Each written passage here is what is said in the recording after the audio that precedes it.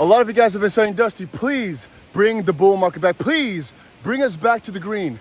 Take a look where I am, guys. I am trying to look for all those green candles for you to try and bring those pumps back. So please press that like button.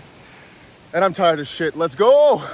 Now, if you're watching this video, the moment that I upload it, the FOMC minutes is in about 5 minutes from now. The inflation rate numbers are coming out a little bit later today, again, depending on your time zone as well. And I always think, guys, that's why I put that little intro in the jungle right here, that the inflation numbers, or perhaps the FOMC meeting, which we can't see on here just quite yet, sparks up some opportunities for some crazy crypto gains. That's because I think it makes people realize your dollars are becoming worth less every single day. And that's why we're often seeing articles like this. The US dollar's collapse, which theoretically speaking should happen right about now, but let's just say the US dollar's devaluation, which is imminent and always there, shock, $8 trillion predicted, Fed inflation flip to spark a critical Bitcoin, Ethereum, XRP, and crypto price boom to rival gold. I mean, yeah, why do you think some of these big shots are buying cryptocurrencies? They potentially could have bought something else and made tons of more money. But like I've stated before, a lot of people are buying into crypto not just because it can make them money, no, because there are many things that could make you more money. Michael Saylor, for example, bought Bitcoin, not Ethereum, because, well, that's what they believe in more, even though Ethereum would have resulted in $2.5 billion worth of gains more. As I've said before, this mission, though, to have this decentralized money that no government can control, yeah, I mean, it is something the government is also always looking at, which is why a lot of people are not happy that crypto ETFs are coming, and why a lot of people don't fully trust Bitcoin, but go for different cryptos, because you don't know who founded Bitcoin, you don't know if Satoshi will ever wake up, and with other companies, even though you can, theoretically speaking, always get another FTX where, you know, the back end is significantly different than what it looks like on the front end, usually you can understand that these foundations will act in the best interest of the project. With Bitcoin, it could be that it's basically only so until they've caught everybody. Because, I mean, sometimes, and I understand this narrative too, people are a little bit afraid of how much some of these big institutions are pushing it. Jeffries, Bitcoin is a critical hedge against inflation, belongs in the same bag as gold. Now, again, do I agree? Yes, because it just makes sense. I mean, it's one of the best performing assets that's not per definition correlated to US stocks, or stocks for that matter. It, theoretically speaking, could have a very direct inverse correlation to the traditional US dollar's inflation, as it's theoretically speaking quite deflationary if we consider the 21 million Bitcoin that ever comes into existence to be the baseline, and then the maximum number of Bitcoin ever to actually circulate only getting lower and lower. And at the end of the day, this technology only getting more popular as well every single day that we look at it. JP Morgan debuts tokenization platform TCN with BlackRock among key clients. And also take a look at this. Fidelity, all right, $4.5 trillion asset manager Fidelity says Bitcoin is the most secure, decentralized, sound digital money compared to any other digital asset. And to that I sometimes say, I'm a big fan of Bitcoin. I hold a ton of Bitcoin, but I understand when people in either the XRP community or Ethereum maximalists sometimes say either of these two things. One is, again, we don't want institutions into Bitcoin. There will only be 21 million Bitcoin ever. If institutions get in, they'll get too much. And it's not the peer-to-peer money anymore. It is, you can buy from us as an institution, as a hedge against inflation, but nothing else anymore, because it's going to be too precious in that asset class, kind of like more akin to gold, where you don't really transact in gold all the time. It's mostly you have the gold and you transact in another currency that's a little bit more liquid or logical to transact with, as Bitcoin, again, is also not that logical to use for it. And again, and the second narrative I see very often is that Bitcoin is too scary because, as I said before, you don't really know who made it. Could have been the government, and the institutions are being so progressive towards it and so adapting, so loving. Yet the price is staying stable, if not going down. It has two sides, right? Either these institutions want to keep the price very low to make sure they get themselves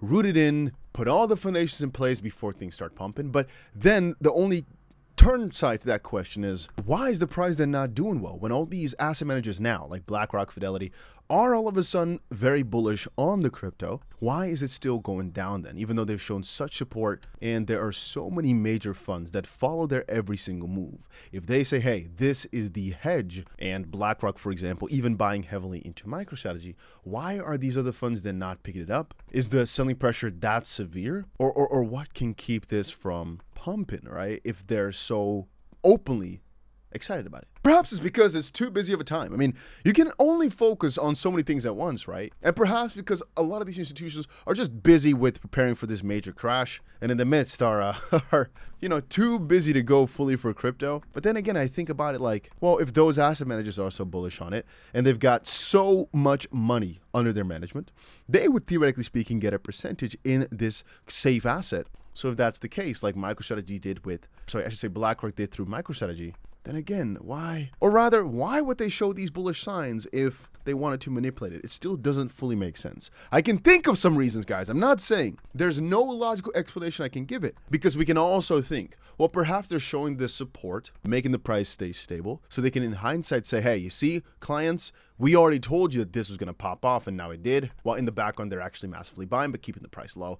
You can think of so many different theories. I'm just pointing out some different things here that are very hard to know for sure. As I said, one thing we do know for sure, though, is that the time for U.S. stocks is behind us, all right? I am not saying that U.S. stocks won't do well. What I'm saying is, before, you buying anything at any point would definitely result in massive gains over time, all right? If you waited 10 years, you'd be in crazy amounts of profit.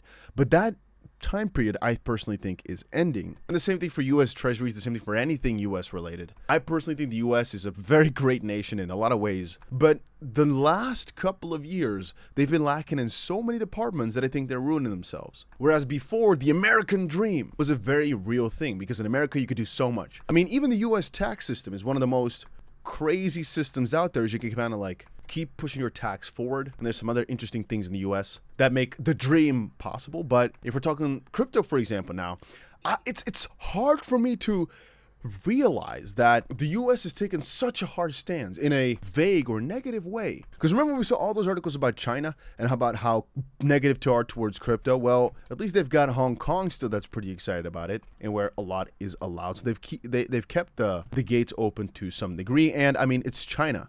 What did you expect, right? Because this is the money from the people, so it's not that crazy. But for the US to do this, it's like, well, if the other massive side is closing the door, why not embrace it with open arms and be like, you know what? We're the most regulated country with regards to crypto, but everybody can do it here, and you're going to make tons of money. So come here, invest in the country, invest in our technology, go, go, go. You know, make America's GDP triple. But they're not doing that, which is strange. And I can sit here talking more about the US's downfall with some of the things I've been seeing. Because, I mean, you guys have some unhinged stuff, all right? I think it must be the country with the highest amount of people with blue and purple hair. I don't mind. I'm just saying it's interesting. Now that I'm thinking about it, UK is also high up on that list of crazy things. I mean, towards crypto, the UK just took a very, very negative stance. Again, not sure why these superpower countries are doing that, but perhaps it's to keep your ecosystem safer, which is highly debatable.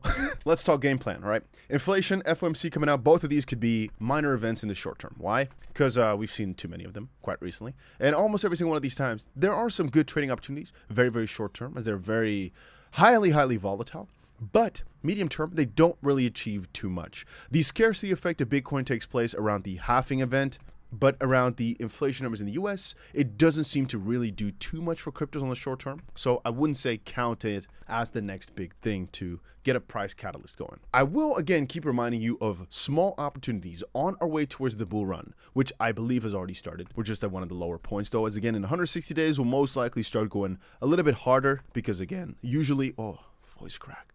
A little bit afterwards, Bitcoin's scarcity effect kicks in, about a month or two after the halving. I believe 2025 will be the year for Bitcoin's new all-time high. I still stand by that with my full heart. I do believe we've bottomed, though, at $14,000-ish already. Even though we can see some downside, I don't think it's going to last too long if we do fall lower, because once more, right after the halving, I think things are about to pop off, as a lot of these things are all of a sudden going to come together, you know? Especially if the US starts showing more signs of just failing, it's going to be such a critical catalyst for cryptos. And perhaps as people notice, these inflation numbers are kind of BS. It eventually adds up, but it's just not there yet. I'm telling you, we've been watching this very diligently. but it's not there where people understand. Hey, your US dollars, just hold that, is from almost no perspective a good idea unless you're actively investing them. Just holding them is one of the stupidest things you can do if you've got no designation for it. And again, these asset managers know it. CZ knows the bull run is coming in about a year from now in terms of like the actual heights and crazy things again. Just know that I think the next bull run will be taken down because of crazy regulations and crazy new statements coming out from all these jurisdictions, but we'll talk about that later again, as right now they're trying so much to get crypto in a grip, perhaps because they know the next bull run is coming and they want to make sure that people are, sufficiently warned before that happens. Or I should say sufficiently scared, so they hope the Bitcoin bull run or crypto bull run never happens again. But most people are smarter than that because they know this is one of your best bets against inflation and against the ever-rising crises, I'd say. Because otherwise, realistically think about it. What is really better to buy if you're not going for cryptos? I mean, if you don't got yourself access to these IPOs and crazy companies, I think it's quite hard to know what to buy. You might look at this and think, oh, wow, but that's pretty cool to invest into. Yeah, but how are you going to do that, right? They're not opening it up to you. And with cryptocurrencies, most of them, you've got the opportunity to be part of it. And again, I think the adoption will only keep increasing. This I'll talk about a little bit later in a different video. I'll drink some water because I'm a little bit rusty here. But this I'll talk about later. But the idea is that every single day we talk about crypto, it just keeps getting bigger. You might not think this because you're like, oh, Dusty made another update about the inflation or about this, that. There's no real crypto news here. There always is. You might not fully hear it on that day because a lot of these companies, they like to keep it on a little lower pit of fire. A good example is I've spoken to so many crypto founders. As you guys might know, I invest heavily into crypto fundamental builders. And so if a new crypto project comes out and it starts in the top 100, there's a very good chance one of our companies invested into it. Why? Because if you're a crypto maximalist, that's your goal, to build infrastructure and invest in the infrastructure and also take part in all that. But in that, I also notice how these companies do marketing. And marketing is a part I see because I, of course, talk about crypto news all the time. But also on another front, if you're investing, you want to know what the company or the token, I guess, is planning to do. And for the most part, guys, if you've ever invested in a GameFi project or you know of one, they've got a new version, they've got a new game, they've got some crazy things lined up, but they're not announcing it because they know this market will just eat it up and nothing would happen. A good example is the Ripple versus SEC lawsuit. Ripple won. XRP did great for a little bit until the price came down because it's not the market for it. There's no excitement. Crypto interest is at the lowest point, I believe, since 2020 or perhaps ever.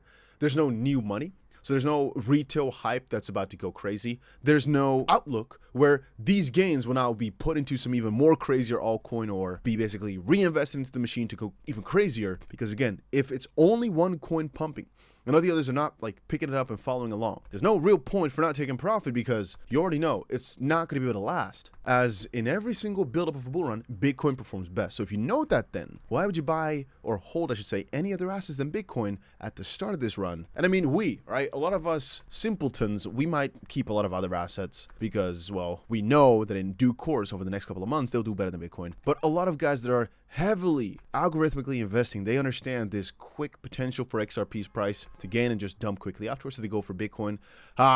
Point being here, in a bear market, they don't make announcements, but they're building. Ripple's got so many cool announcements, and there are so many altcoins that you know and love, like Chainlink, that have got so much good stuff. They're just not really spoon-feeding you just quite yet, but it's coming, and that's something I want you guys to realize. Whereas with the US dollar, they might have some surprises, but most likely they'll mean all of a sudden you're bankrupt.